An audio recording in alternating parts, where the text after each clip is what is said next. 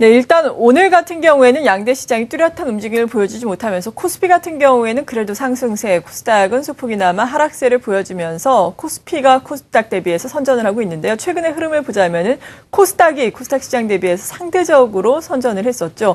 이러한 부분들 중소형주 코스닥 시장의 강세가 이어질 수 있을지 자세하게 분석을 해보겠습니다. 고강식 부장과 함께합니다. 안녕하세요. 네, 안녕하세요. 네, 먼저 1월 시장을 놓고 보자면은 이러한 중소형주라든지 코스닥 시장의 상대적인 강세가 계속해서 이어지게 될까요? 전반적으로는 어떻게 보세요?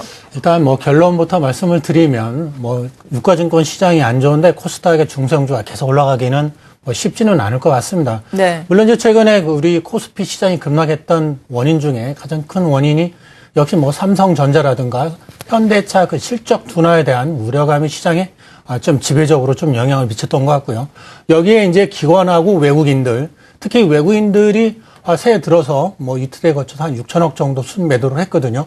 그 부분이 가장 크게 좀 작용을 한 것 같습니다. 물론 외국인이 국내 시장에서 매도했던 부분은 엔저 현상이 좀 일정 부분 영향을 줬고요.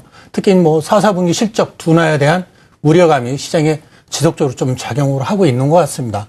그렇다면은 최근에 코스닥 시장의 대부분을 차지하고 있는 IT 부품주들이 과연 삼성전자의 실적이 부진하게 만약에 이제 1월 7일 날 가이던스가 나오겠습니다만은 예상대로만 실적이 안 좋게 나온다면 과연 코스닥에 주로 포진돼 있는 IT 부품주들도 과연 일정 부분 지금같이 일정 부분 반등한다든가 이렇게 하기는 좀 쉽지 않을 것 같고요. 영향도 분명히 받을 것 같습니다. 그렇다면은 코스닥의 중소형주 오늘 같은 경우에는 일부 하드웨어라든가 비금속 인터넷주들이 좀 강한 흐름을 보여주고 있거든요. 물론 이제 유가증권 시장에서는 대형주하고 일부 이제 소형주가 반등을 합니다만은 이런 부분도 우리가 지속적으로 좀 연속성을 갖기에는 좀 더 시간이 좀 필요할 것 같고요. 네. 그 상황에 따라서 좀 당분간은 좀 유동성이 의한 변동성이 좀 확대될 수 있는 부분이 분명히 있는 것 같습니다. 따라서 전반적으로 실적 체크를 하면서 수급까지 함께 좀 봐야 되지 않나 이런 또 말씀을 좀 드리고 싶습니다. 네, 그렇군요. 그러니까 최근에 중소형주 이 코스닥 시장의 상대적인 강세가 이어지긴 했지만 그래도 또 거래소가 잘 가야 이러한 강세도 이어질 것이다라는 말씀이시죠? 네, 그렇습니다. 네. 네. 수급을 좀 살펴봐야 할 텐데 그나마 좀 선전을 할 수 있었던 것이 수급이 괜찮았기 때문 아닙니까? 오늘 같은 경우에는 물론 양대 시장에서 양매도가 나오고 있는 상황인데 1월 몇 거래일 되지는 않지만 지금 네. 수급이 어떻게 들어오고 있습니까? 일단 수급을 놓고 본다면 오늘 같은 경우에 기관하고 외국인은 유가증권 시장하고 코스닥에서 매도를 합니다. 물론 네. 절대적인 금액은 크지는 않습니다. 유가증권 시장에서 한 80억 내외 정도를 팔고 있고 반면에 코스닥 시장에서 외국인들은 한 50억 가까이 순매도를 하고 있습니다. 물론 지난 금요일 날 208억 정도 좀 비교적 큰 폭으로 매수를 하면서 연간 누적으로 한 200억 정도 순매수를 했습니다만은 오늘 또 다시 팔고 있는 그런 상황이 연출이 되고 있고요. 특히 유가증권 시장에서는 새해 들어서 특히 금융투자 쪽에서 집중적인 매도 물량이 출회가 됐습니다.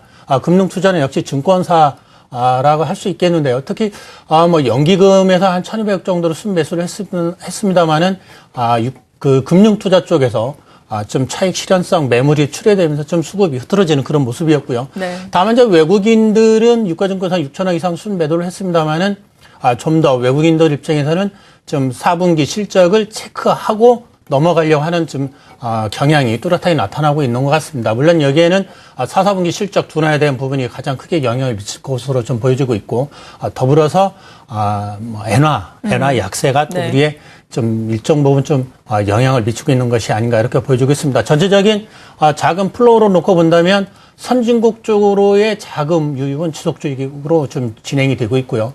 신흥국가, 특히 이머징 국가 중에서는 일부 국가에는 유입이 되고 있습니다만은 우리 시장에서는 일단 새해 들어서 좀 비교적 큰 폭으로 매도를 하고 있는 것이 좀 수급적인 측면에서는 부담으로 작용하고 있는 것이 아닌가 이런 또 분석을 해볼 수 있을 것 같습니다. 네, 이렇게 또 매도를 보이는 것, 그러니까 시장에서 뚜렷한 방향성을 보이지 않고 있는 것도 지금 실적을 확인하고 가려는 심리도 있기 때문이다라고 말씀해 주셨는데 실제로 말씀해 주신 것처럼 이익에 대한 컨센서스가 계속해서 약화되고 있지 않습니까? 구체적으로 어느 정도까지 나오고 있나요?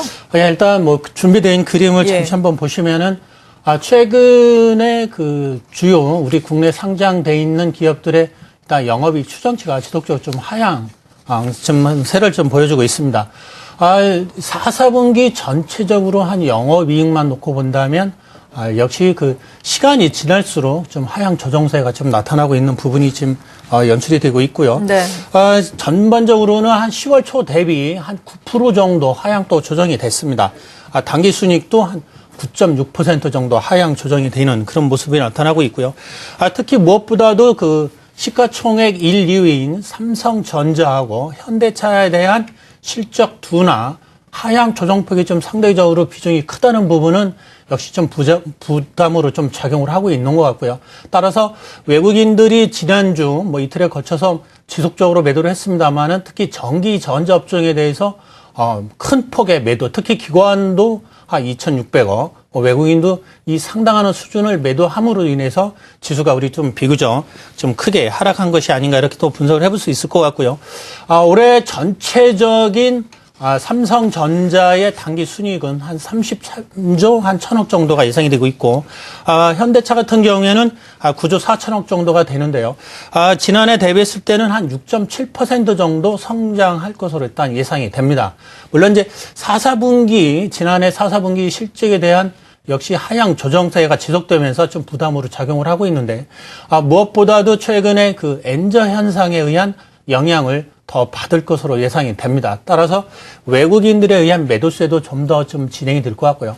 최소한 매도세가 지난주 같이 큰 폭으로 진행이 되지 않는다 하더라도 급격한 매수세로 전환은 좀 더 좀 시간이 걸릴 것으로 보여지고 있고, 특히 우리 국내 시장이 좀 안정을 찾기 위해서는 7일 날 발표되는 삼성전자의 가이던스가 어느 정도 윤곽이 나타나야만 외국인들도 매매 패턴, 방향이 좀 잡힐 것으로 이렇게 또 전망을 해볼 수 있을 것 같습니다. 다만 좀 긍정적인 측면을 놓고 본다면 4, 4분기, 지난해 4, 4분기 삼성전자하고 현대차를 제외한 나머지 주요 기업들의 실적은 비교적 좀 견조한, 양호하게 나타날 수 있는 부분은 우리가 좀 일말에 좀 희망을 가져야 되지 않나 이런 또 생각을 해볼 수 있을 것 같습니다. 따라서 이런 종목들이 좀 과하게 빠진다면 좀 비중을 확대하는, 오늘 특히 SK 하이닉스가 뭐 1,000원 이상 상승하는 그런 모습을 보이는 거로 봤을 때는 삼성전자를 대신하는 일부 IT 기업에 대해서도 우리가 좀 지속적으로 관심을 갖는 것도 좋다 이런 말씀을 드리고 싶습니다. 네, 그렇다면은 뭐 투자 전략을 가지고 갈 때 예를 들어서 뭐 중소형주, 대형주의 비중은 어느 정도까지 가져가는 게 좋을까요? 예, 뭐 일단 뭐 현금은 뭐 지속적으로 좀 한 20% 내외 정도는 있어야 될 것 같고요. 저는 뭐 아직까지는 대형주에 대해서는 한 70%, 중소형주에 대해서는 뭐 30% 내외가 좀 맞는 것 같고요. 뭐 최근에 이제 움직임을 놓고 본다면 오늘 자동차 운수 장비가 좀 비교적 강한 흐름을 보여주고 있습니다만은 역시 실적에 대한 부담이 역시 작용을 하고 있는 것 같습니다. 그렇다면 좀 대형주 중에서는 일부 화학이라든가 오늘 뭐 흐름이 좋은 뭐 SK 하이닉스 같은 일부 IT, 삼성전자를 대신할 수 있는 일부 IT 관련주 이런 부분에 대해서도 좀 우리가 관심을 가져야 되지 않나 이런 말씀을 드리고 싶습니다. 네, 그렇군요. 이러한 종목군들 말씀해 주셨는데 추가적으로 어떤 종목군이 좋을지 더욱더 도움 말씀을 주신다면 무슨 말씀을 해주실까요? 일단 뭐 최근에 우리가 이제 엔저 현상을 뭐 무시할 수 없는 그런 부분입니다. 물론 IT하고 자동차, 물론 이제 IT 부품하고 우리 주 이제 상장돼 있는 이런 기업들 전체적으로 봤을 때는 한 48% 정도 비중이 되거든요. 역시 엔화 약세에 따른 영향 역시 피해갈 수는 없을 것 같습니다. 과거 2005년에서 2006년 가파르게 진행돼 있던 엔저 현상, 그 당시에도 자동차하고 IT 일부 기업들이 영향을 가장 크게 좀 받았습니다. 코스피 대비 좀 아웃퍼폼하는 그런 모습도 있었고요. 따라서 이런 섹터군에 대해서는 우리가 지속적으로 좀 체크를 해야 되는 부분인 것 같습니다. 또한 이제 최근에 움직임을 놓고 본다면은 일본 그 산업재, 자본재라든가 소재 같은 경우에는 오히려 코스피 대비했을 때 좀 양호한 그런 좀 주가 수익률도 나왔었습니다. 그렇다면 이런 종목들, 특히 이제 4, 4분기 실적이 지속적으로 좀 뒷받침될 수 있는 일부 철강도 좀 괜찮아 보이고요. 풍산이 실적이 뭐 4분기 상당히 좀 좋게 나오는 그런 모습도 나오고 있습니다만은 역시 개별적인 종목군으로 좀 접근하는 그런 전략이 유효하다 이런 또 말씀을 드리고 싶습니다. 네, 오늘 이 시간 한맥투자증권 영업부의 고광식 부장과 함께했습니다. 고맙습니다. 네, 고맙습니다.